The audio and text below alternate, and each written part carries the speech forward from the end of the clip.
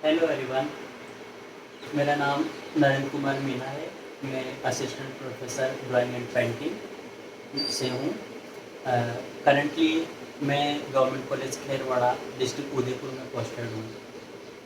मैं आज आप सब लोगों को जो ड्राइंग में इंटरेस्ट रखते हैं या जो ड्राइंग के स्टूडेंट है बी ए सेकेंड ईयर स्पेशली, तो पोर्ट्रेट बनाना सिखाऊंगा। पोर्ट्रेट से मतलब है व्यक्ति चित्रण। जनरली हाफ हाफ तक का होता है, जिसमें आपका कॉलर, कंधे और ऊपर पूरा नेक और पूरा फेस वगैरह होता है। पोर्ट्रेट वैसे तो कलर्ड भी बनाए जाते हैं और ब्लैक एंड वाइट भी बनाए जाते हैं। Generally black and white pencil से बनाया जाता है, और कलर्ड वाटर कलर है या ऑयल कलर है या आजकल एक्रेलिक से भी बनाया जाने लगा है। तो आज मैं आपको सिंपली पेंसिल से बनाकर बताऊंगा ब्लैक एंड वाइट। ये फंडामेंटल है और प्रैक्टिस के लिए हम सबसे पहले इसी मीडियम को चूज़ करते हैं। पोर्ट्रेट में हम बहुत ज़्यादा डीप में नहीं जा करके, और बेसिक फंडामेंटल क्या रिक्वायरमेंट होता है एक पोर्ट्रेट का, जिसमें अच्छा सा प्रोपोर्शन हो, अच्छा प्रमाण हो, जिसमें तो उनके बारे में बताऊंगा। सबसे पहले वैसे तो पोर्ट्रेट में चेहरा स्पेशली बनाया जाता है। चेहरे बहुत प्रकार के होते हैं, लेकिन सारे जितने भी दुनिया भर में जितने भी फेस है उनका सबका एक बेसिक जो हमने एक आदर्श जो शेप लिया है वो ओवल शेप लिया है। ओवल से मतलब है अंडे जैसा आकार। तो सबसे पहले हम इस ये जो सीट है हमारी, इस सीट में अंडे जैसा आकार बना लेते हैं। आप थोड़ा सा ध्यान से देखिए। आप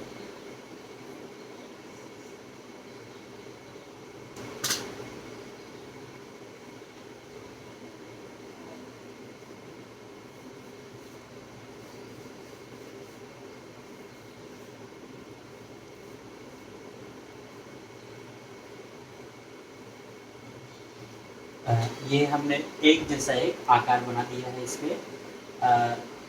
जो हमारा सीट का जो साइज़ होता है उसके अकॉर्डिंग ही हमें ये आकार बनाना होता है। ये सिलेक्शन बहुत ज़रूरी है, क्योंकि अगर सीट बड़ा हो और आप उस पर छोटा सा बना दोगे तो फिर वो इम्बैलेंस सा लगेगा और बाकी सीट आपने पूरा इस्तेमाल नहीं किया है। या फिर आप इस शेप को बहुत ज़्यादा बड़ा बना दोगे तो फिर आपके नेक के लिए, कॉलर के लिए और ईयर्स के लिए जगह नहीं बचेगी, और भी थोड़ा सा ऑड लगेगा। तो आप इसमें सही जो सीट का आकार होता है उसके अकॉर्डिंग कितने साइज़ का आपको एग बनाना है या फेस बनाना है, उसको पहले से डिसाइड कर लें। अब इसके बाद हम क्या करते हैं, इस एग को बीचों बीच में से थोड़ा सा राउंड शेप में इस तरह से कट कर देते हैं, एक बीच में लाइन खींच करके। अब इसके बीचों बीच ऊपर से लेके नीचे चाहे तो आप स्केल का भी इस्तेमाल कर सकते हैं और चाहे तो आप हाथ से भी कर सकते हैं। तो हम हाथ से खींचने की कोशिश करते हैं। ये हमने इसके बीचों बीच में एक लाइन ड्रॉ की है, और इस एग के बीच में भी इसको इस तरह से हमने काट लिया है। इस ऐसा डिवीज़न हमने क्यों किया, ताकि ऊपर वाला जो चीज़ है वो आईब्रो के ऊपर वाला हिस्सा रहेगा।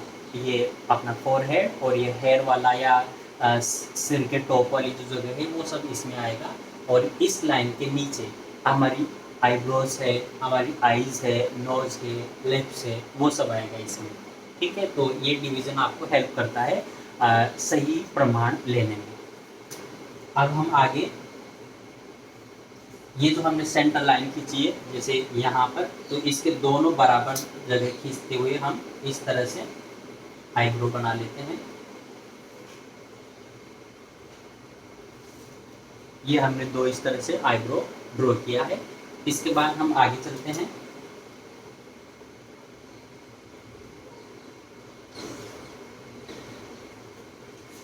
ये मैंने दो डॉट लगाए हैं जो आईब्रो से समान दूरी पर है, इधर भी और इधर भी, और बीच वाली जो हमने लाइन ली थी उस लाइन से भी इसका डिस्टेंस और इसका डिस्टेंस बराबर है। ये दोनों डॉट से हम शुरू करेंगे आई कॉर्नर। आई कॉर्नर से मेरा मतलब है कि ये आंखों का जो आगे वाला हिस्सा होता है आई कॉर्नर, तो वो चीज़ हम यहाँ से शुरू करेंगे। उसके बाद आपकी आई ज़्यादा छोटी या बड़ी ना हो जाए तो आप उसको कुछ निशान लगा करके डिनोट करके बराबर साइज़ की वो भी बना सकते हो। जैसे एक निशान हमने इधर लगा दिया, और एक निशान ऐसे हम इधर लगा देंगे। इससे हमारा ये डिसाइड हो जाएगा कि हमारी आई की लंबाई जो है इतना रहेगा, और जितना लंबाई इधर रहेगा उतना ही लंबाई इधर रहेगा। इसी तरह से आप इसका मोटाई भी जो है उसको भी डिसाइड कर सकते हो। जैसे यहाँ पर आपने एक लाइन खींचा और यहाँ पर एक लाइन खींचा, फिर एक लाइन ऊपर खींचा, ये तो हमारे पास एक बराबर दोनों आई का बराबर शेप और एरिया जो है वो डिसाइड हो गया। इससे ये फ़ायदा होगा कि हमारी आई जो है छोटी बड़ी ऊपर नीचे आगे पीछे नहीं होगी। तो ये चीज़ अच्छी चीज़ है, आप इस्तेमाल कर सकते हैं। अब ज़रा आई को देखो, यहाँ पर जहाँ पर हमें आई कॉर्नर बनाना है वहाँ पर एक छोटा सा हमने कर्व इस तरह से बनाया है। उसके बाद हम यहाँ से ऊपर चलते हैं।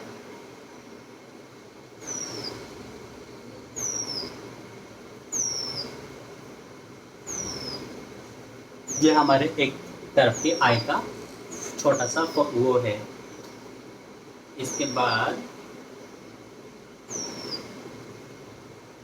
ये हमारी आईलेस की या पलक जिसे बोलते हैं उसकी जगह है। यहाँ से हम एक गोला बनाते हैं जो हमारा बनेगा पुतली आँख की। जो इधर किया वो सेम प्रोसेस इधर रिपीट करेंगे।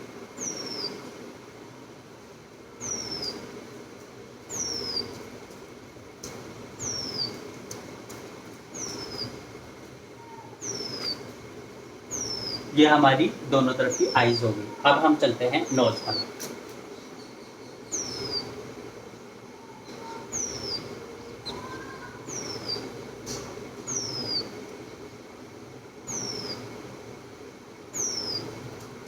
बेसिक जो लाइन है नोज की वो मैंने इस तरह से ली है। आईब्रो से नीचे आई कॉर्नर तक मैंने एक तिरछा लाइन खींचा है। जो लाइन तिरछा इधर खींचा उतना ही तिरछा लाइन हमें एक इधर भी हमने खींचा। फिर यहाँ से बाहर की तरफ आते हुए एक लाइन इधर खींची और ऐसे एक लाइन इधर खींची। यहाँ पर हमने नोज का जगह डिसाइड किया है और उस पर थोड़ा सा डॉट या निशान लगा दिए हैं। अब नोज को शेप कैसे देना है,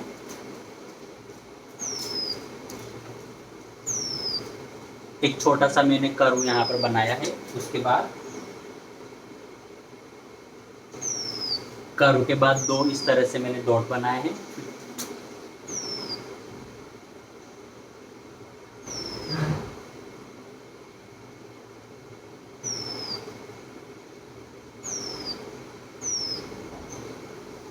और इस तरह से सिंपल सा नोज का फॉर्मेट हमारे पास बन गया है। इसके बाद हमें अब लिप्स पर चलना है।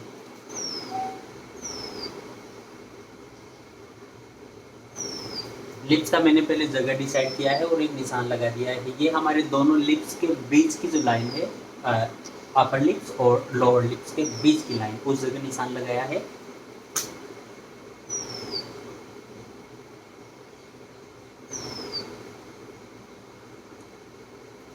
इस लाइन को मैंने पूरा खींच दिया है।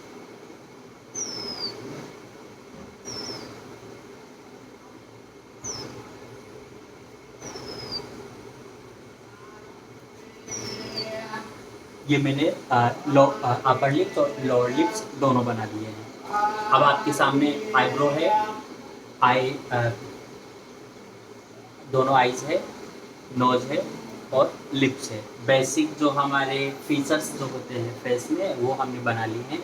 अब हमने इस जो ओवल शेप बना रखा है इस शेप को थोड़ा सा रिफाइंड करते हैं, थोड़ा सा कट में लेके आते हैं।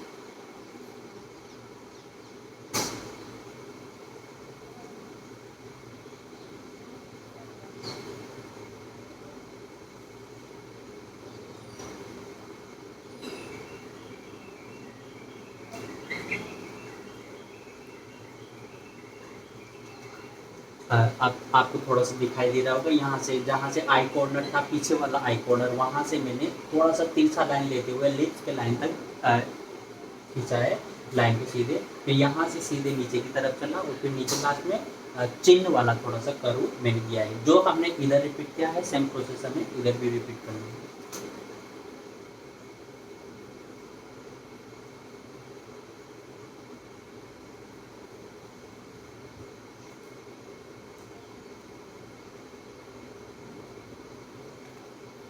ये हमारे फेस का एक आउटस्टा ड्राइंग तैयार हो गया है। अब हमें इस पर ईयर बनाना है दोनों तरफ। तो ईयर का जो जगह होता है कहाँ पर बनाया जाना चाहिए, तो वो हम लेते हैं आईब्रो के नीचे वाले कॉर्नर से। पीछे जो आईब्रो है, आईब्रो के यहाँ से नीचे वाले कॉर्नर से हम ईयर शुरू करेंगे और नोज नोज का जो लोअर पार्ट है वहाँ तक हम इस नोज को इस तरह से बनाएंगे।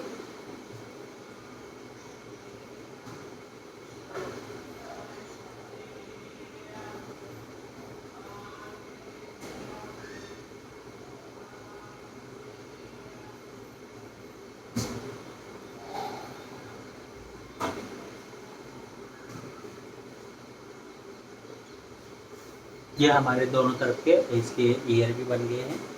ईयर की जो बेसिक जो संरचना होती है, अभी मैंने इस चीज़ पर डिटेल में नहीं जा रहा हूँ, फिर भी बेसिक जो संरचना होती है इस तरह से दो लाइन होती है। आप किसी भी अपने कलीग्स का या फ्रेंड का ईयर देख करके उसकी रेखाओं को समझ करके ड्रॉ करने की कोशिश करना, तो आपके इसके इंटरनल जो इसका स्ट्रक्चर होता है वो आपको अच्छे से समझ में आएगा और आप अच्छे से ड्रॉ भी कर पाएंगे। अब हम चलते हैं इसके हेयर पर।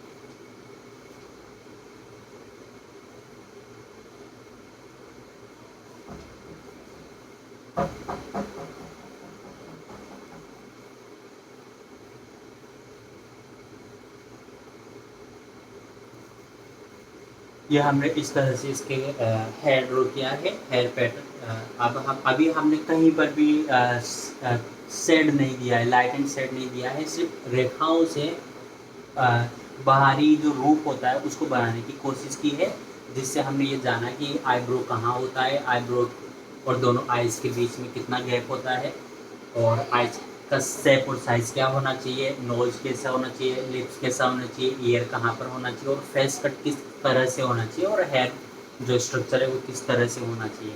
अब हम इसका नेक भी बनाते हैं। नेक जनरली ये जो कट होता है इधर और इधर, इससे थोड़ा सा लोअर से हम नेक इस तरह से बनाते हैं।